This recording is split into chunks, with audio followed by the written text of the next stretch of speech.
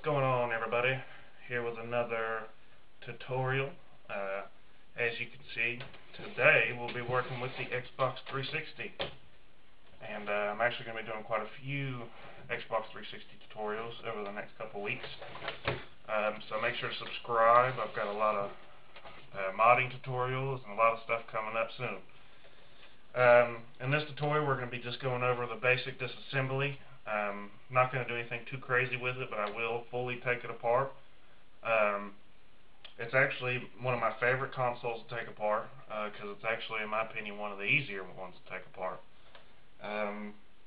With that, let's get started. What you'll need with this, I have a little torque screwdriver. This is a T10 size. If you want to mess with the X clamps, which is what holds the heat sinks, and if you're dealing with a red ring issue, then you'll also want a T8 size for the little screws that hold the heat sinks. But I'm not going to take that off today. In fact, that's going to be an additional tutorial that I'm going to do later on. And then also, this is what I'm going to use. It's a push pin. It's a simple little push pin. There are actually specialized tools you can buy that actually make it does make it a lot easier and quicker to take the outer shell off, but I wouldn't recommend it, especially if you're only doing this for your own personal Xbox, because why would you spend $5 or $6 to open up your Xbox one single time?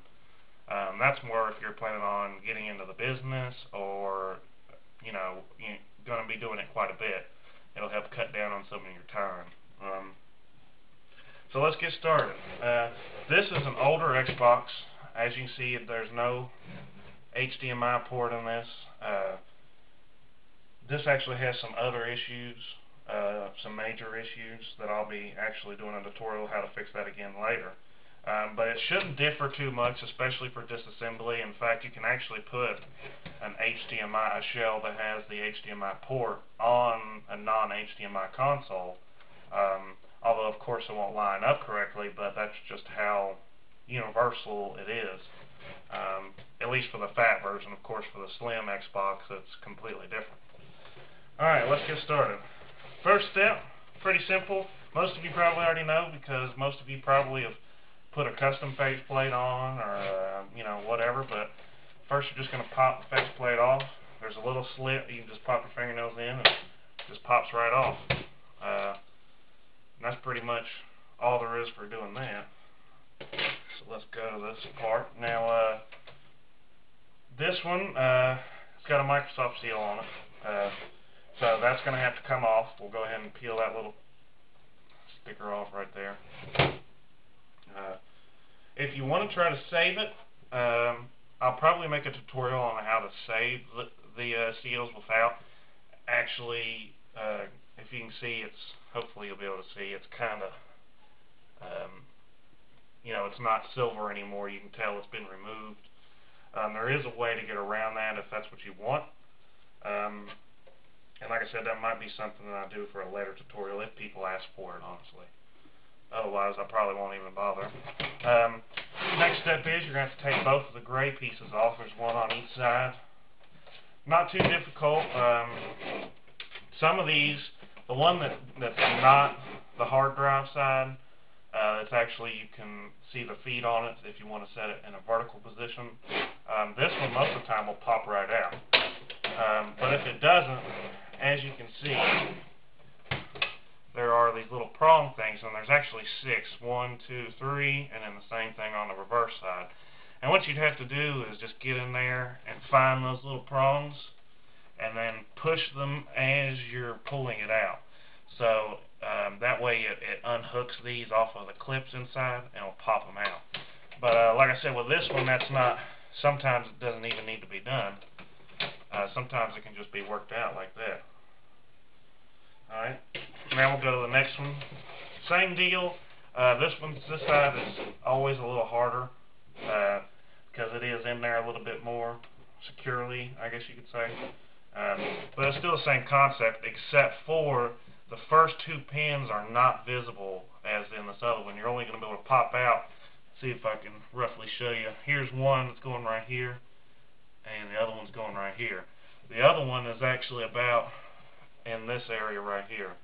So you're not going to even be able to do that. That you're just going to have to rip out. And sometimes you will break it, but it's not going to hurt it when you put it back together. So if you do break those first tabs off, it ain't really that big of a deal. Especially if you have a hard drive, because if you put that hard drive in there, I mean, this ain't going to go nowhere even if all 6 tabs are broken. Alright, so let me get this started. See, that actually popped out pretty easy. And then I'm going to take my push pin and pry that. And you do usually have to do both sides. Now this one is kind of going to be underneath this rubber foot, so you just got to find that little itty bitty space in there and get that out. And then the last one. And there's that. Set that aside too. Okay, now we're on just the main shell. As you can see on this front, there are clips. There's 1, 2, 3, 4 clips. These are real easy. You just pull the clip up and then pull up on the top piece of the shell as you do that. That way it won't clip itself back down. Kind of like that. Plus it's a little bit harder when I'm trying to hold it to make sure the camera gets a good view of it. Okay, now we've got that pried apart. Okay, this part is probably the only part that's really that difficult, unless you include the X clamps, because those can be kind of a pain in the butt to get off, especially if they've never been removed before. The way this next part works is in this crack here. You may be able to tell, hopefully, that there are little indentions in it. Okay, now there's, let's see, 1, 2, 3, 4, 5 here, and then there are 2 right here where the power plug is. Now this is where that tool I was talking about at the beginning of the video would come in, because instead of having to pop each one of them, it actually has enough prongs to where it would pop this and then pop this and it'd be ready to come off. So like I said, if you do want to spend the $5 or $6, it will make this easier, but if you don't really feel like spending that, just open up your console one time, then don't. Now, the best way I can tell you how to do it is, since there's only 2 here, it's easier to do these first, and then kind of pry the shell apart as you go down. Otherwise, it is very easy for them to come back together, and then you have to start back over. So, we're going to start in this first little area right here. You just push your pin all the way in there, and you'll do it with both of them. Okay, now you see, that got that apart. Now you want to do it quickly, because if you don't get both of those quickly, then the first one can pop back together before you get the second one, and then you just have to keep doing it over and over. Now, just make sure once you get to these next ones that you're prying this outward while you're pushing these, and it makes it a lot easier. So, let's find this other one. Obviously, you can hear that big pop. And then you just go down each one of the slots. Take pop that last one. And then that's it. That's the bottom piece of your shell removed. Put that aside as well. Now this is the bottom. This part might be a little confusing, because you may think, oh, they're screws, take them all out. So I'll try to explain which ones you should take out based on what you're trying to do. That way you don't have to do anything you don't need to do. There are 8 screws here in the middle. These are the T8s I was talking about earlier. Those hold the X clamps that hold the heat sinks on. So unless you have an overheating issue or a red ring issue, I wouldn't even mess with these, because if you take them out and they don't need to be taken out, it can actually loosen up the seal in between the heatsink and the microchip, the GPU and the CPU, and actually can cause a red ring to happen. So unless that's specifically what you're trying to accomplish by opening this, don't mess with those. Next, there are 2 other sets of screws. The main sets that are for taking off the top piece of the shell, there's 6 of them. And I'll point at them. There's 1, 2, 3, 4, 5, 6. If all you're trying to do is you're customize the console, or maybe you're trying to replace the laser, then all you'll need to do is take those 6 out. The other ones are what hold the motherboard on. And if you're trying to mess with anything like to do with red rings and the heat sinks and stuff like that, then you'll have to take those out as well. But like I said, if you're not trying to fully disassemble, you don't need to do that. I'm going to go ahead and take out all these except for the X-clamp bolts that way, and I will take out the motherboard and go to those levels with you on that. All of these big screws are T10, and then, like I was saying earlier, the X-clamp bolts are T8.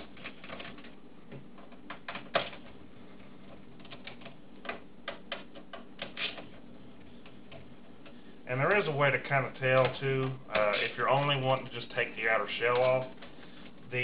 Most of the time the motherboard bolts are actually kind of a gold color, and then the actual case screws are a silver color that kind of matches the metal motherboard casing. That way you don't accidentally take out the wrong ones and take a chance on losing some bolts and screws that you don't need to lose.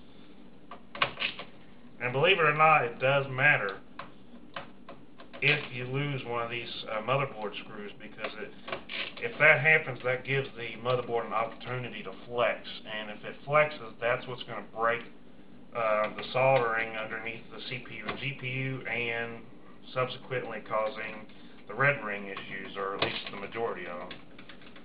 So be very careful once you've got all these out, and do what I do. I always try to have some sort of little tray, something with 4 sides, so that way you can keep everything together and you, make sure you won't lose any of it.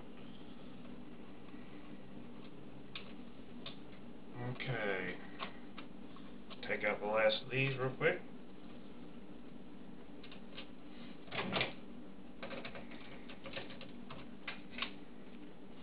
Alright, and that's all it is. Put those aside. Like I said, put those in a tray, something with 4 sides, just so you'll be safe not to lose anything. Next, you always don't want to forget this. It's easy to forget, and you could end up breaking the eject button. But before this top piece comes off, you do need to take this off. All you have to do is just pry it out, and it pops right out. So there's nothing to it. It's just easy to forget about. And after that, you're ready to go to just slide this thing off. And that's that. Okay, now you can see we're to the inside. I will take everything out of this except for taking the heat sinks off of the motherboard. Like I said, that's going to be a separate tutorial, and I'll make sure to put links once I've created that tutorial in this video. Alright, next thing we're going to do is, this is the RF board, RF module board right here. And that's your ring of light and the basic power button and control of it and everything. And that's what we'll take off next. First thing you got to do is, there's a little white piece here, and you just got to kind of pluck that off of there. Nothing really to that either. And then we'll set that aside. Now there's 3 T8 screws here.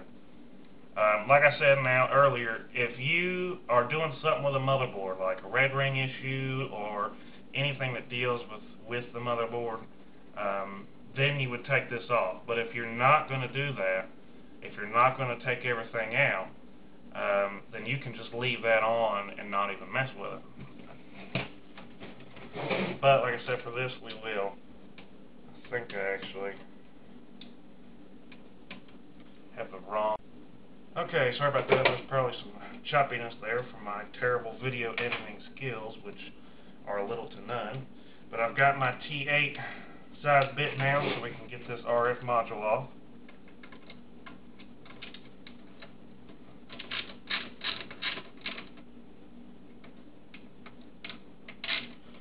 And it is a little more difficult to do this to where it's easily in the camera view.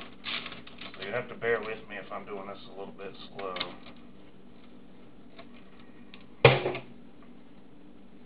But I also wanted to zoom the view close enough to where it's going to be easy for you to see exactly what's going on here. Like I said, don't forget to set those little screws aside. Those are the easiest ones to lose. And if you lose the ones for the X clamps, it's not a good sign, because those screws are very important. Each one of them are. So always keep track of those. Alright, so I've got that out. After you got the screws out, it just pops out. You can see it plugs in right here. Nothing to that either, really. Okay, what we'll do now is we'll pop the DVD drive out. Really simple. This just pops right out.